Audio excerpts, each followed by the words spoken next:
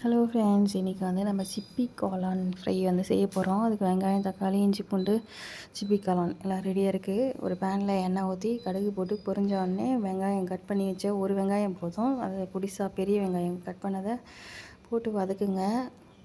நல்லா வதக்குங்க. அதுக்கப்புறம் இஞ்சி பூண்டு பேஸ்ட் கொஞ்சமாக போட்டுக்கோங்க. ஒரு சின்ன ஸ்பூனு அளவுக்கு போட்டுக்கோங்க. அதுவும் ஃப்ரை ஆனதுக்கப்புறம் ஒரு தக்காளி அதை பொரித்து நல்லா ஃப்ரை ஆனதுக்கப்புறம் அந்த சிப்பி காளான் இருக்கு இல்லையா, அதை வந்து எடுத்து அதில் போட்டு நல்லா மிக்ஸ் பண்ணுங்கள். மிக்ஸ் பண்ணிவிட்டு மிளகாப்பொடி வீட்டில் இருக்கும்ல அந்த மிளகாத்தூள் எப்போதும், அதுக்கப்புறம் மஞ்சத்தூள், கரம் மசாலா, உப்பு எல்லாத்தையும் போட்டு நல்லா கிண்டிட்டு அப்படியே மூடி வச்சுருங்க. மூடி வச்சிங்கன்னா அதுவே தண்ணி விடும். நீங்கள் தண்ணியே ஊற்ற தேவையில்ல. தண்ணி ஊற்றாமல் அதே நல்லா இதுவாகிடும், ஃப்ரை ஆகிட்டே வரும். மூடி வச்சு நல்லா ஃப்ரை பண்ணிங்கன்னா உங்களுக்கு சிப்பி காளான் ஃப்ரை ரெடி. டேஸ்ட்டாக இருக்கும்.